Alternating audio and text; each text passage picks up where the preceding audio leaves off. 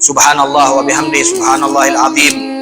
Keutamaannya diantaranya kalimat ini ringan untuk diucapkan, berat di dalam timbangan, dicintai oleh Allah Subhanahu wa taala.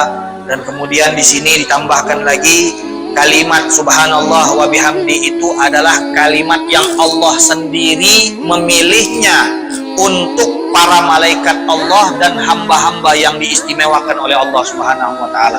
Berarti siapa-siapa saja yang mengucapkan subhanallah wa bihamdi termasuk hamba-hamba Allah yang dipilih oleh Allah Subhanahu wa taala untuk mengucapkannya. Fadilah mengingat dan berzikir kepada Allah Subhanahu wa taala, di mana Imam Nawawi pertama-tama membawakan satu ayat suci Al-Qur'an yang sering sekali kita dengar, di mana para khatib biasanya kalau menutup khutbah kedua dengan perkataan wala dzikrullahi akbar. Wala dzikrullahi akbar kemarin sudah kita bahas, maknanya ada dua. Kata para ulama, bisa jadi di sini Allah sebagai objek atau sebagai subjek. Nah, kalau artinya wala dzikrullahi akbar, kita jadikan di sini Allah Subhanahu wa taala sebagai yang diingat, maka kata para ulama maknanya keadaan yang paling mulia itu adalah keadaan di mana hamba mengingat Allah Subhanahu wa taala. Wala dzikrullahi akbar, lebih besar, lebih utama, lebih agung dari segala-galanya. Wala dzikrullahi akbar. Dan adapun makna yang kedua kata para ulama, keadaan yang paling mulia adalah di mana seorang hamba diingat oleh Allah Subhanahu wa taala. Dan ini sebenarnya kata ulama ada kaitannya, di mana seseorang hamba tidak mungkin akan diingat oleh Allah Subhanahu wa taala melainkan dia terlebih dahulu untuk berzikir dan mengingat Allah. Barulah dia akan diingat oleh Allah Subhanahu wa taala sesuai dengan firman Allah, fadhkuruni adzkurkum. Kata Allah, ingatlah aku, niscaya aku akan mengingat kalian. Nah, jadi ini dua maknanya sebenarnya saling terkait, hanya saja kata para ulama bisa dimaknai dua. Wala dzikrullahi akbar bisa kita maknai keadaan yang paling istimewa adalah keadaan apabila seorang hamba mengingat Allah. Dan yang kedua, keadaan yang paling istimewa adalah keadaan di mana seorang hamba diingat oleh Allah Subhanahu wa taala. Kemudian dalam ayat yang kedua Imam Nawawi ingin memberikan suatu pelajaran yang sangat penting kepada kita, di mana beliau membawa satu ayat yang berkenaan dengan cerita Nabi Yunus pada saat beliau ditelan oleh ikan. Di mana dalam ayat tersebut dinyatakan falaula annahu kana minal musabbihin lalabitha fi batnihi ila yaumi yub'atsun. Allah Subhanahu wa taala menceritakan Nabi Yunus ini kalau seandainya sebelum ia ditelan oleh ikan tidak rajin zikir, tidak rajin sholat, maka niscaya ia akan ditelan ikan dan meninggal dalam keadaan di dalam perut ikan. Jadi apa yang mengeluarkannya adalah berkat ia berzikir sebelum ditelan ikan. Dan cerita ini diceritakan Allah di dalam Al-Quran untuk mengajarkan kita bahwa ingat Allah itu bukan setelah kena musibah, tapi sebelum kena musibah, di saat engkau senang, di saat engkau bahagia, ingatlah kepada Allah. Niscaya kelak apabila ujian datang menghampirimu, bantuan Allah pasti akan datang. Nah, kemudian Imam Nawawi membacakan satu hadis, di mana hadis ini kata Imam An-Nawawi diriwayatkan oleh Abu Hurairah, dan beliau mengatakan bahwa Abu Hurairah merupakan seseorang sahabat Nabi Muhammad sallallahu alaihi wasallam yang namanya Abdurrahman bin Sakhr. Jadi Abu Hurairah itu kunyah dan nama beliau adalah Abdurrahman. Abu Hurairah bukan nama beliau, tapi kunyah beliau, karena sudah sering kita jelaskan kunyah itu yang diawali dengan abu atau ummu. Itu di dalam bahasa Arab disebut kunyah. Tahu kita sebut di dalam bahasa Indonesia dengan gelar. Walaupun di dalam bahasa Arab gelar itu nanti ada bahasa lain lagi, yaitu lakob. Jadi di dalam bahasa Arab ada kunyah, ada laqab, ada nama, isim. Contoh kita kumpulkan dalam, misalkan dalam satu kalimat ada seseorang yang bernama misalkan Abu Muhammad Ali Zainal Abidin. Abu Muhammad Ali Zainal Abidin. Abu Muhammad di sini sebagai kunyah, Ali sebagai nama, Zainal Abidin sebagai laqabnya. Zainal Abidin perhiasan orang-orang yang beribadah. Artinya beliau pemimpin mereka-mereka yang beribadah, dari rajinnya beliau beribadah. Nah, ini salah satu contoh. Nah, kemudian di sini dikatakan bahwa Abu Hurairah adalah sahabat Nabi, di mana nama beliau ini ada perbedaan pendapat di antara para ulama siapa namanya dan siapa nama ayahnya. Jadi tadi yang paling terkenal kata para ulama namanya Abdurrahman bin Sakhr. Nah, tapi perlu kita ketahui kata ulama, namanya ini ada perbedaan di antara para ulama sampai 35 pendapat untuk nama dan nama ayahnya saja. Jadi Abu Hurairah ini ada pendapat mengatakan namanya bukan Abdurrahman, nama ayahnya juga bukan Sakhr, sampai 35 nama. Kemudian kata Imam An-Nawawi, Abu Hurairah adalah sahabat Nabi yang paling banyak hafal atau meriwayatkan hadis. Paling banyak secara mutlak itu Abu Hurairah. Nah, jadi di sini Imam Nawawi memberikan pendahuluan bahwa sahabat yang meriwayatkan hadis ini adalah sahabat yang bernama Abdurrahman bin Sakhr yang digelari dengan Abu Hurairah. Qala Rasulullah sallallahu alaihi wasallam, kalimatani khafifatan. Kata baginda Rasulullah sallallahu alaihi wasallam, ada dua kalimat khafifatan. Kata ulama dia disebut ringan karena yang namanya pahala itu tidak terlihat apa bentuk daripada balasan Allah. Dan melakukannya di sini kalau kita lihat tidak seperti ibadah-ibadah yang lainnya. Kalau ibadah yang lainnya itu disifati dengan berat. Sifatnya beban. Kita ingin melakukan satu ketaatan, itu biasanya ada proses memaksakan diri terlebih dahulu sehingga terjadi satu ibadah. Mau sholat, malas. Mau ngaji Quran, mau dipaksakan dulu. Nah, karena itulah dinamakan manusia ini mukallaf. Mukallaf itu artinya orang yang dibebani. Nah, kenapa ini kok bisa jadi beban padahal perintah Allah? Nah, karena tadi kita punya hawa nafsu berbeda dengan apa yang diperintahkan oleh Allah Subhanahu wa taala. Jadi biasanya nafsu kita ini lebih condong kepada hal-hal yang dilarang oleh Allah Subhanahu wa taala. Makanya dalam sebuah hadis baginda Rasulullah mengatakan huffatil jannatu bil makarih. Yang namanya surga itu diliputi dengan hal-hal yang kita tidak senang, yang kita tidak seiring dengan hawa nafsu manusia. Dia kepinginnya lalai, kepinginnya ngobrol terus, kepinginnya duduk bersama teman-teman, membicarakan hal-hal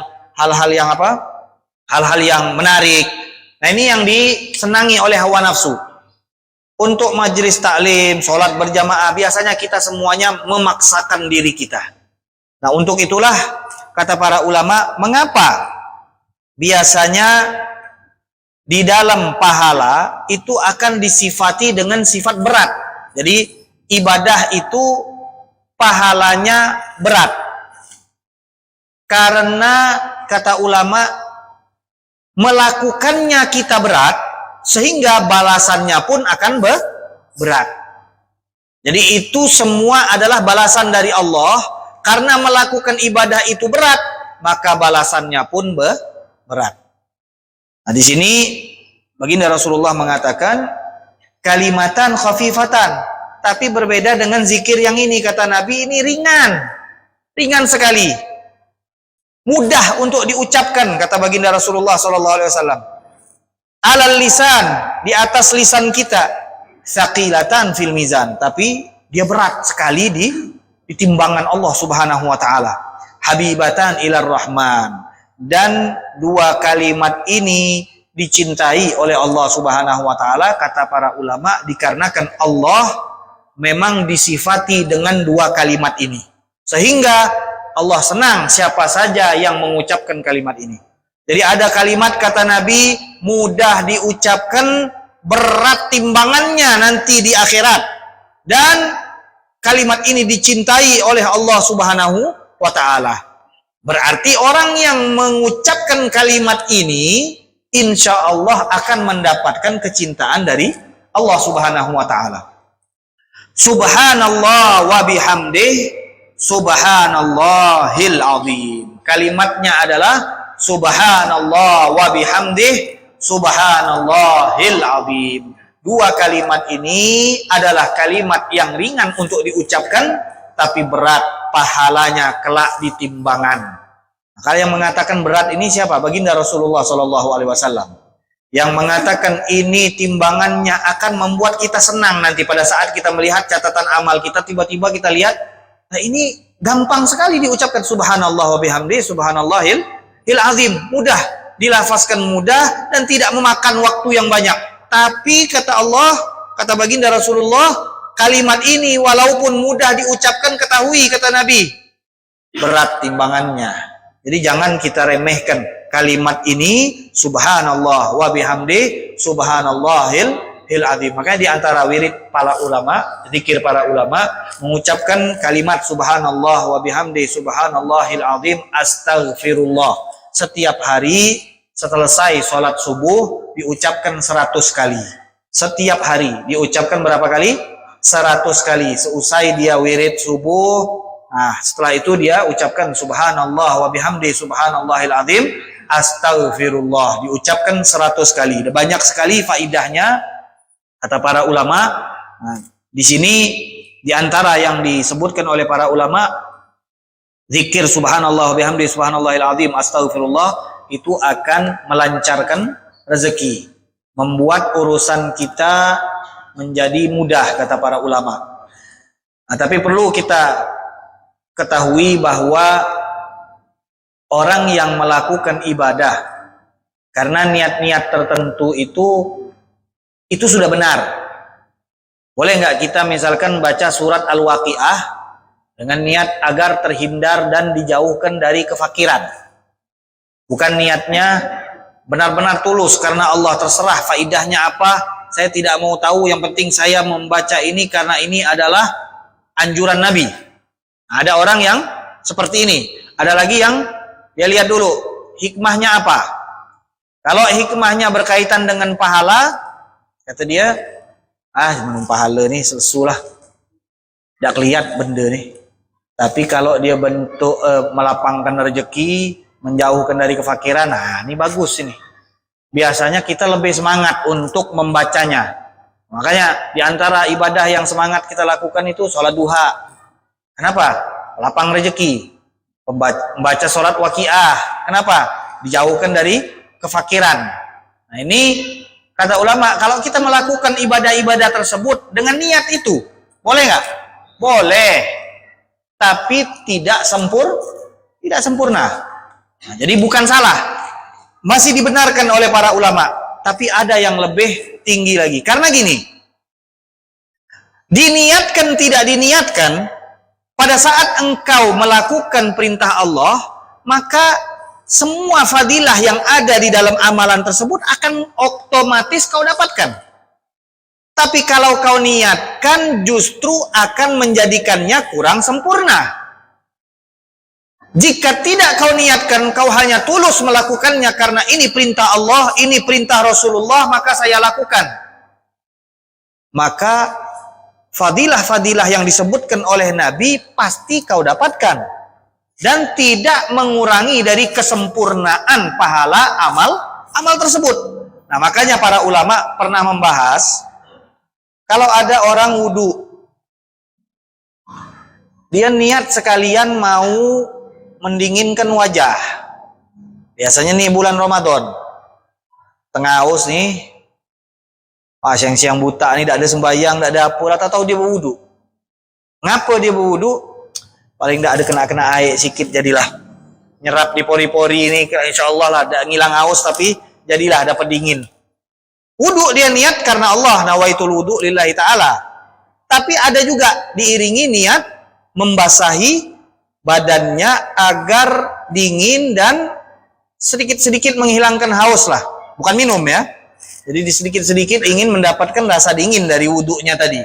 Boleh nggak kata ulama? Boleh. Tapi wudunya tidak mendapatkan pahala yang sempurna. Dia niatkan atau dia tidak niatkan, dingin tadi dapat enggak? Seandainya dia ada niat, dia tetap dingin enggak?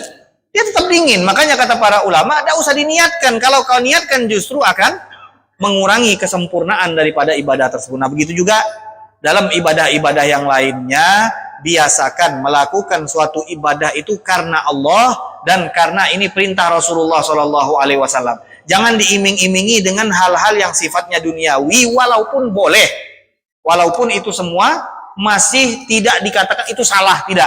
Hanya kita meninggalkan hal yang lebih utama.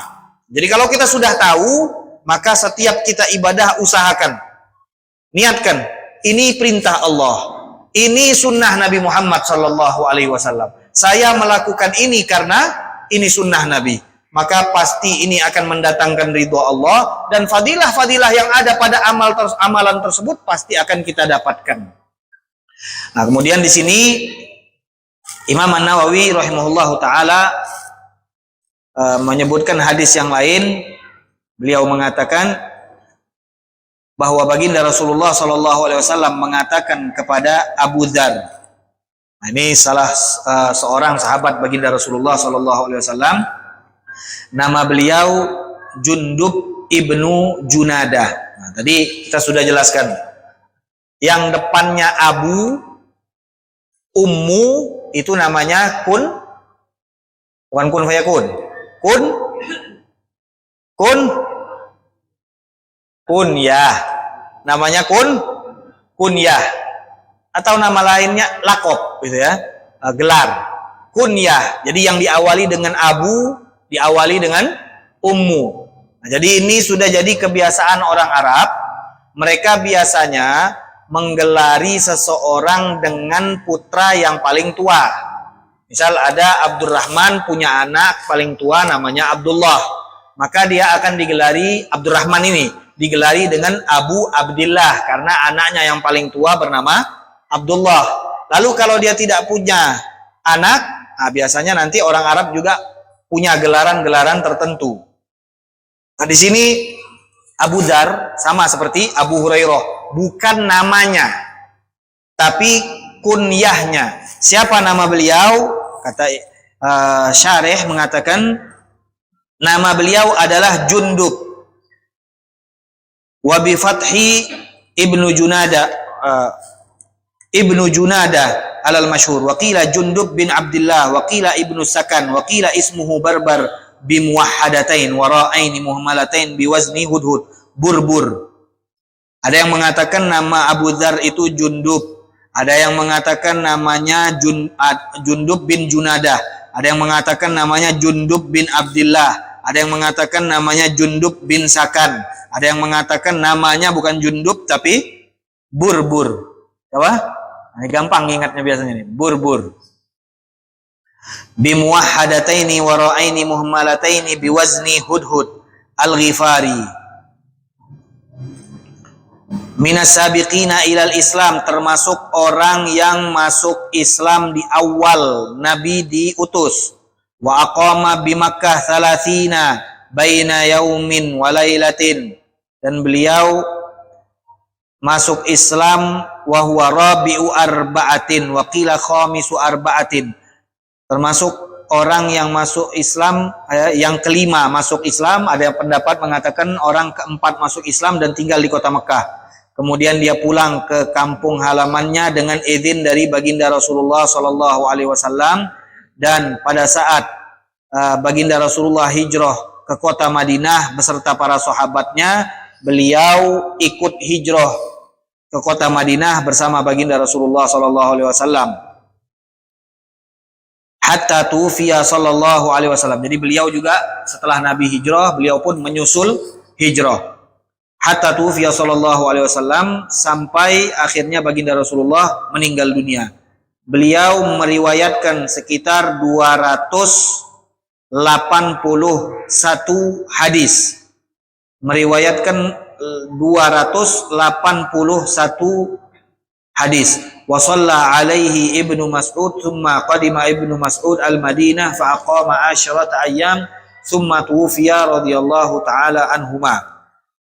Abdullah bin Mas'ud yang merupakan sahabat Nabi, pada saat Abu Dzar meninggal dunia, dia menyolatkan Abu Dzar. Selang 10 hari nyusul Abdullah bin Mas'ud pula yang meninggal dunia.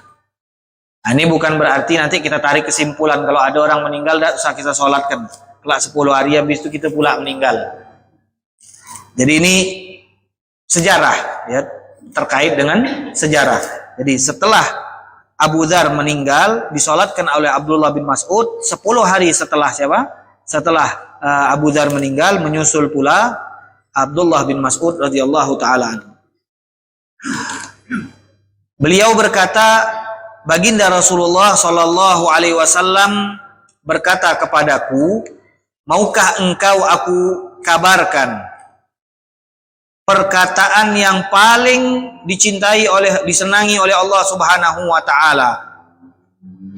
Maka kata beliau, inna ahabbal kalami ilallahi subhanahu wa ta'ala, sesungguhnya ucapan yang paling disenangi oleh Allah Subhanahu wa taala subhanallahi wa bihamdih. Nah, makanya kita kalau tahlil, kita berusaha untuk mencari zikir-zikir yang ringan diucapkan tapi pahalanya berat-berat.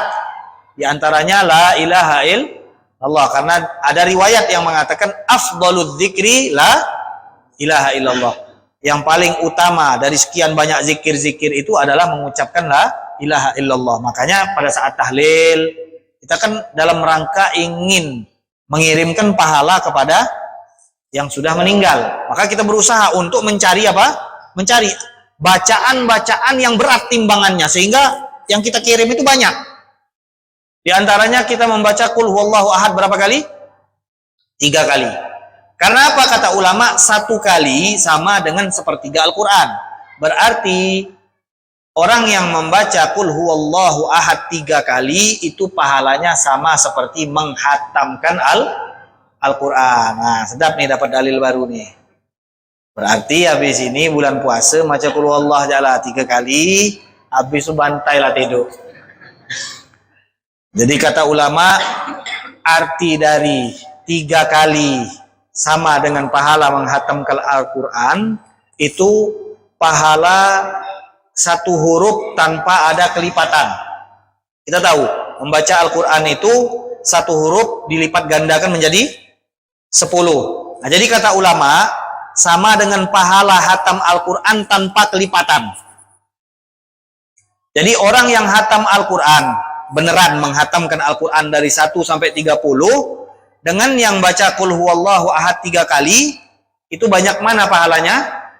Tetap banyak yang menghatamkan Al-Quran. Karena yang membaca Al-Quran dengan hatam itu mendapatkan kelipatan-kelipatan pahala, sedangkan yang membaca qul huwallahu ahad 3 kali itu hanya mendapatkan pahala menghatamkan Al-Quran tanpa ada kelipatan apapun.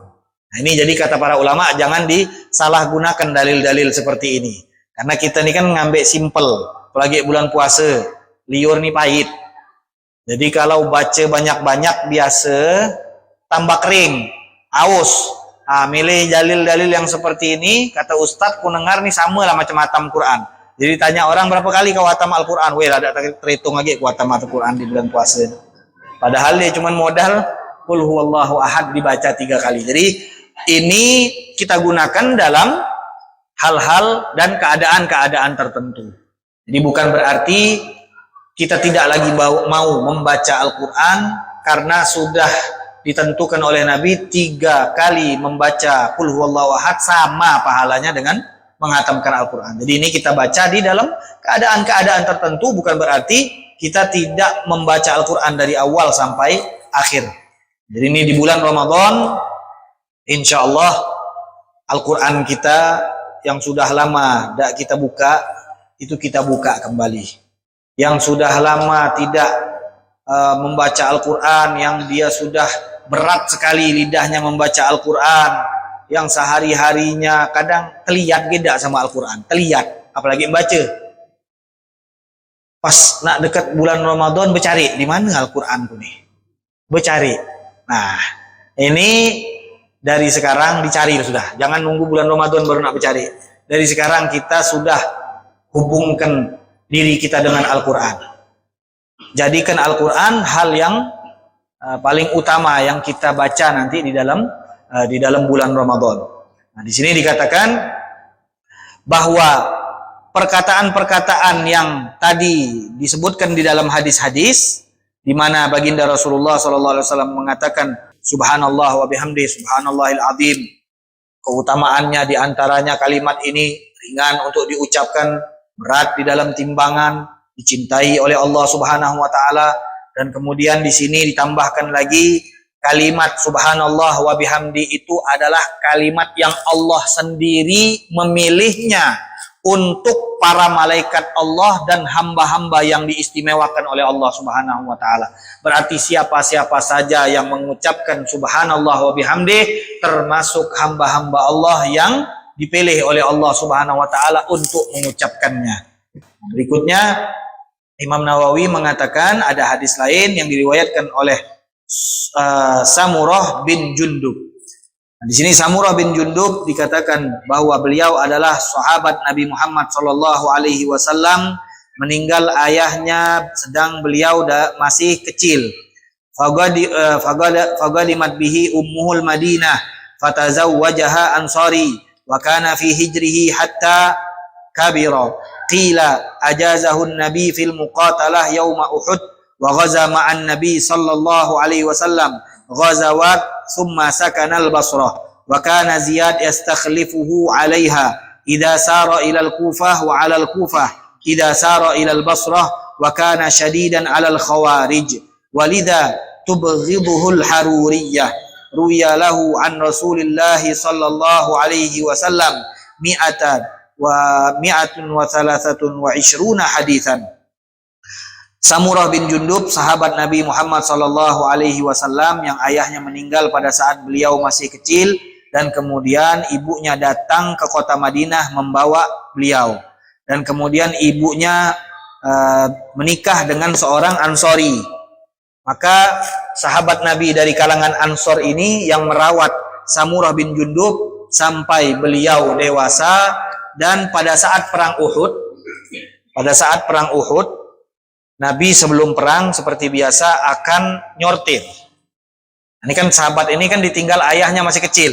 Jadi pada saat dia sudah tumbuh dewasa, umur belasan, 15 ke atas, kalau 15 itu masih masuk dalam sortir. Jadi 14, 15 ini masuk sortir. Tidak diperkenankan oleh baginda Rasulullah SAW kecuali orang-orang yang memenuhi persyaratan di dalam peperangan. Jadi diantaranya beliau ini di perang Badar ditolak karena masih kecil. Di perang Uhud diterima karena perang Badar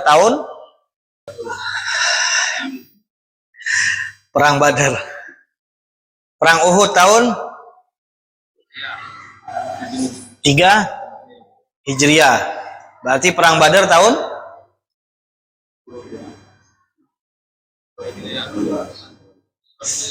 2 Hijriah. Perang Badar 2 Hijriah, perang Uhud 3 Hijriah.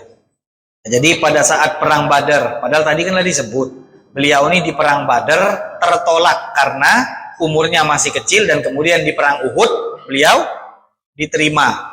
Berarti perang Badar dan Uhud ini kacanya cuman setahun. Jadi perang Badar tahun kedua, perang Uhud tahun ketiga. Di perang Uhud beliau diikut sertakan karena baginda Rasulullah biasanya akan menyortir terlebih dahulu yang pantas, layak, sudah dewasa, nah itu diikut sertakan di dalam perang.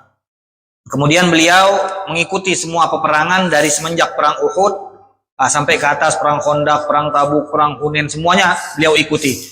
Dan kemudian setelah wafat baginda Rasulullah Shallallahu Alaihi Wasallam, beliau kemudian pindah ke Irak. Nah, beliau meriwayatkan, di sini dikatakan beliau meriwayatkan sekitar 123 hadis. 123 hadis. Apa yang disebutkan di dalam hadis beliau yang beliau riwayatkan? Baginda Rasulullah Sallallahu Alaihi Wasallam bersabda, ucapan yang paling disenangi oleh Allah itu ada 4 kata, Subhanallah, walhamdulillah, wala ilaha illallah, wallahu akbar. La yadurruka bi ayyihinna bada'ta. Jadi kata baginda Rasulullah, terserah kau ingin memulai dengan kalimat apa dulu. Mau mulai dengan Allahu Akbar, boleh. Mau mulai dengan la ilaha illallah, boleh. Mau mulai dengan alhamdulillah juga boleh. Yang penting 4-4-nya disebutkan. Wa rawaina fi sahih Muslim an Abi Malik Al-Asy'ari radhiyallahu taala anhu annahu qala Rasulullah sallallahu alaihi wasallam at-tuhuru syatrul iman wallahu taala a'lam bisawab.